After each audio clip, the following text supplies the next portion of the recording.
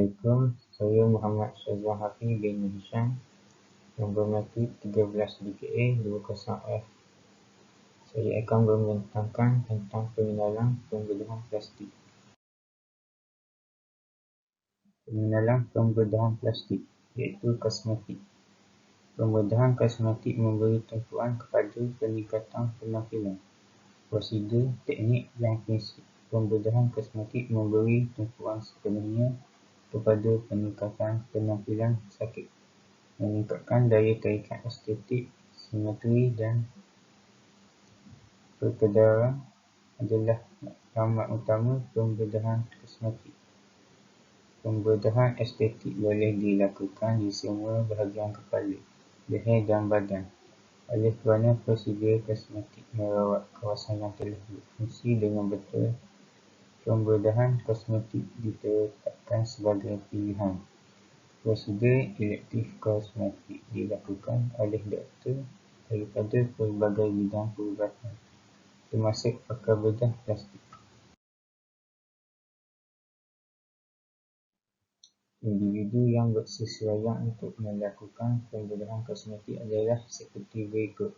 Yang pertama, mempunyai tanggapan yang realistik mengenai apa yang boleh dicapai. Yang kedua, mempunyai keadaan perubatan kronik yang terkawal.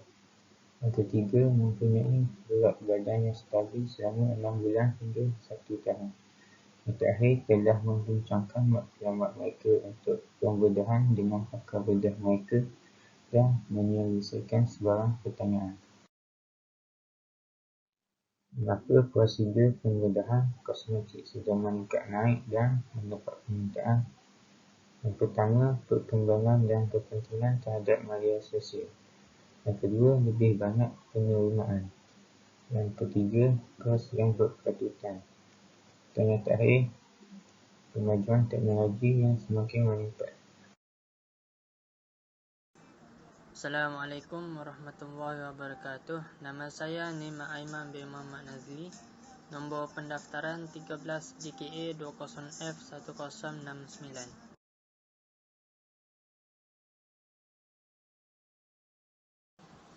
Pembedahan plastik kosmetik dari perspektif sains. Pembedahan plastik ditarifkan sebagai kursus pembedahan khusus untuk pembinaan semula, kecacatan muka dan badan akibat gangguan lahir, trauma, terbakar dan penyakit. Pembedahan plastik adalah bertujuan untuk membetulkan kawasan berfungsi badan dan pembentukan semula dalam alam semula jadi.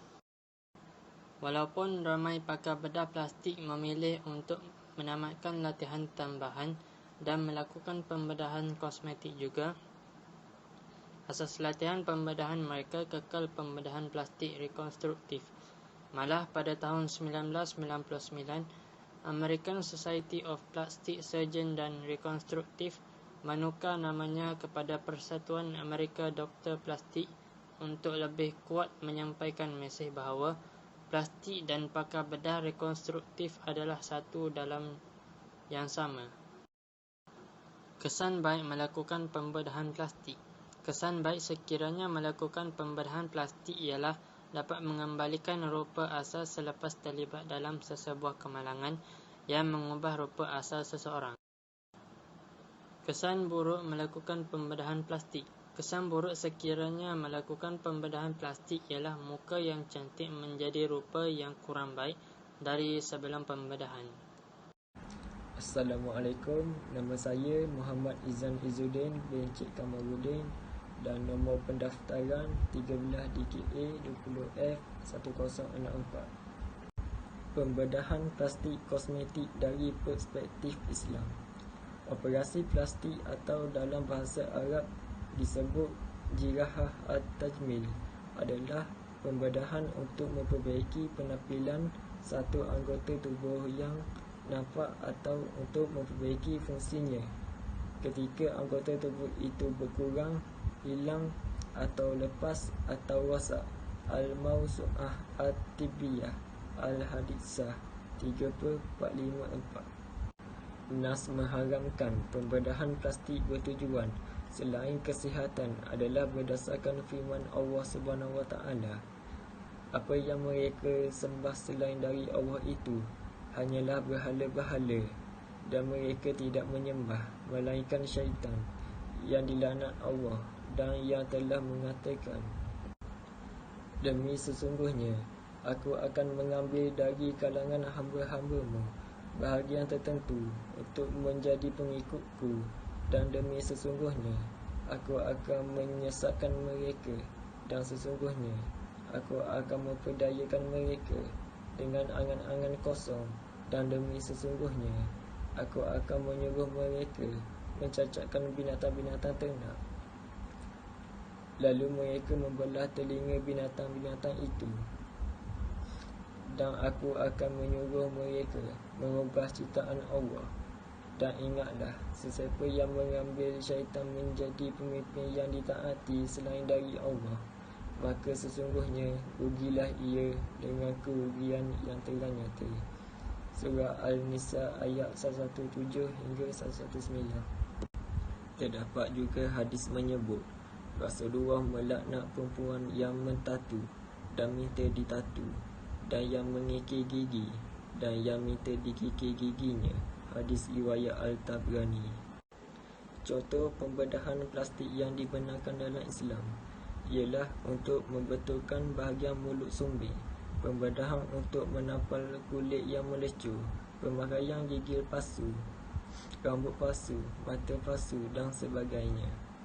Dibenarkan untuk tujuan menutup kecacatan, bukan kerana untuk kelihatan lebih cantik. Contoh pembedahan plastik yang dilarang dalam Islam ialah pembedahan yang mengubah rupa wajah dengan bertujuan untuk berketerampilan lebih cantik dari rupa wajah asal. Syarat pembedahan plastik: yang pertama, tidak mendatangkan bahaya. Yang kedua, memiliki keperluan yang tidak bercanggahkan dengan syariat. Yang ketiga, diakui oleh doktor Islam. Yang keempat, doktor yakin pembedahan berjaya. Dan yang kelima, mendapat persetujuan pesakit dan wali. Peraturan kecantikan Islam: yang pertama, tidak mengubah ciptaan Allah. Yang kedua, wanita hanya berhias untuk suami. Yang ketiga, tidak menyerupai orang kafir dan fasik. Yang keempat, tidak menyerupai jantina berlainan. Yang kelima, tiada unsur najis. Yang keenam, tiada unsur penipuan. Yang ketujuh, tidak mudarat. Dan yang terakhir, tidak membazir. Assalamualaikum warahmatullahi wabarakatuh. Saya Ahmad Zulharizi bin Atan. Nombor kad matrik saya 13 DKA 20F1119. Dan saya daripada kumpulan 3. Jadi, saya akan menerangkan aplikasi kaedah fiqh dalam pembedahan plastik. Assalamualaikum warahmatullahi wabarakatuh. Tajuk saya ialah aplikasi dalam kaedah fiqh. Perkataan Al-Qawaid Al-Fidiyah digunakan dalam ilmu Nahwu Arab yang merujuk kepada makna dabib, iaitu suatu hukum yang terpakai kepada semua perkara terperinci di bawahnya. Sementara kalimah Al-Fiqh dari segi istilahnya pula bermaksud suatu ilmu yang berkaitan dengan hukum-hukum syarak yang amali dengan berpandukan kepada dalil-dalil yang terperinci. Mustahar Ahmad Al-Zarqa mendefinisikan Al-Qawaid Al-Fidiyah sebagai usul-usul fiqh yang bersifat kuliah dalam bentuk yang ringkas dan berbentuk teks, perundangan yang mengandungi prinsip-prinsip umum syariah dalam perkara yang termasuk di bawah tajuknya.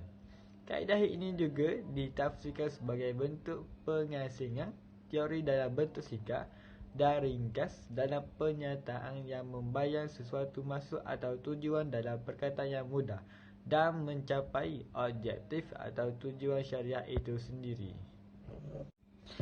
Slide seterusnya. Perkembangan teknologi perubatan menyaksikan peningkatan kualiti masyarakat melalui pelbagai bentuk prosedur yang ada. Sebelum ini, Fokus kebanyakan prosedur perubatan yang ditawarkan lebih ke arah menyelamatkan nyawa dan memperbaiki kecacatan yang ada. Namun, seiring dengan kemajuan teknologi dan perubatan yang semakin berkembang, senario pada hari ini telah berubah di mana para pengamal perubatan telah menawarkan prosedur perubatan untuk tujuan kosmetik dan kecantikan melalui pembedahan plastik. Terdapat banyak kaedah fiqh yang boleh dipraktikan dalam bidang pembedahan plastik. Kaedah-kaedah ini sangat membantu pengamal perubatan dalam mempraktikkan amalan. Antara kaedah fiqh yang berkaitan dengan pembedahan plastik ialah menghilangkan kemudaratan. Jika seseorang ingin melakukan pembedahan plastik, hendaklah bertujuan untuk menghilangkan atau mengurangkan kemudaratan dalam diri. Hal ini bertepatan dengan kaedah fiqh iaitu masyhur iaitu, baik, anda boleh membaca dengan teliti dan sendiri. Dalam maksud ayat inilah, sesungguhnya kerosakan yang lebih ringan di antara dua kerosakan itu dilakukan dengan tujuan untuk mengelakkan kerosakan yang lebih besar apabila tidak boleh diharmonikan antara salah satu daripadanya. Baik, kita pergi ke slide seterusnya. Antaranya inilah mengubah ciptaan Allah. Hukum sesuatu perkara bergantung terhadap niat seseorang itu. Seseorang yang ingin melakukan sesuatu hendaklah berpaksikan niat yang betul dan tidak melanggar syarat. Ini berdasarkan kaedah fiqh yang masyhur, iaitu al-umru bimaqsidaha. Maksudnya, setiap perkara bergantung kepada niatnya adalah diharamkan jika seseorang itu ingin melakukan pembedahan plastik dengan niat untuk mengubah ciptaan Allah SWT. Contohnya, seseorang lelaki itu ingin melakukan pembedahan plastik untuk menyerupai wanita. Hal ini adalah bertentangan dengan syarat kerana lelaki tidak boleh menyerupai wanita dan sebagainya. Contohnya seperti saja. Seterusnya, menghilangkan kesukaran. Kesusahan dan kesukaran yang dihadapi seseorang akan menjadi sebab untuk diharuskan melakukan pembedahan plastik. Ini adalah berdasarkan kaedah fiqh yang masyhur. Anda boleh baca dengan sendiri. Maksudnya, kesukaran membawa kepada keringanan. Contohnya, seseorang itu melakukan pembedahan plastik rekonstruksi payudara selepas ia dibuang akibat kanser. Tujuan pembedahan ini adalah dilakukan untuk membaiki anggota badan tersebut serta mengembalikan fungsinya seperti sedia kala. Hal ini kerana tindakan membiarkan pesakit tanpa melakukan pembedahan akan menyebabkan kesukaran dalam kehidupan sehariannya. Malah, jika dilakukan pembedahan ke atasnya, ia dapat menghilangkan kesukaran tersebut. Pembedahan ini dibenarkan oleh syarat kerana ia merawat dan mengembalikan bentuk tubuh kepada normal. Penutup. Kebiasaannya, kita melihat isu pembedahan plastik ini dalam skop yang terlalu kecil dan kita mudah menghukum seseorang apabila seseorang itu melakukan pembedahan plastik. Padahal dalam Islam sendiri menetapkan hukum yang sepatutnya dan ada alasan di sebalik setiap hukum yang ditetapkan. Di Malaysia sendiri, isu pembedahan plastik ini bukanlah perkara asing lagi. Apabila semakin ramai dilihat mula mengalihkan perhatian terhadap fenomena ini. Selebriti terutamanya mula terikut-ikut dengan pengaruh barat. Apabila ada sesetengah golongan mula taksub melakukan pembedahan plastik bagi mendapatkan bentuk anggota badan yang diingini. Namun begitu, harus kita ingat bahawa pembedahan plastik juga membawa banyak kebaikan kepada insan tertentu yang memerlukannya. Dengan melakukan pembedahan plastik, kehidupan seseorang kembali kepada normal dan dapat bergaul dengan masyarakat tanpa ada rasa rendah diri. Hal ini biasanya terjadi kepada mereka yang mengalami kecacatan maupun kemalangan yang teruk yang menjejaskan fungsi anggota. Kesimpulan, hasil perbincangan dalam masalah ini dapatlah disimpulkan bahawa pembedahan plastik yang bertujuan bagi pemulihan semula adalah diharuskan, manakala pembedahan plastik yang bertujuan semata-mata untuk mengubah kejadian asal bagi tujuan kecantikan adalah haram dan hukumnya berdosa. Jadi, isu ini sebenarnya tidak memerlukan kepada kajian yang mendalam dari segi fiqh untuk menyelesaikan masalah ini. Yang penting adalah dapat membezakan tujuan dilakukan pembedahan ini sama ada tujuannya untuk sia-sia atau kesejahteraan ataupun suatu perkara, keperluan atau kemudaratan.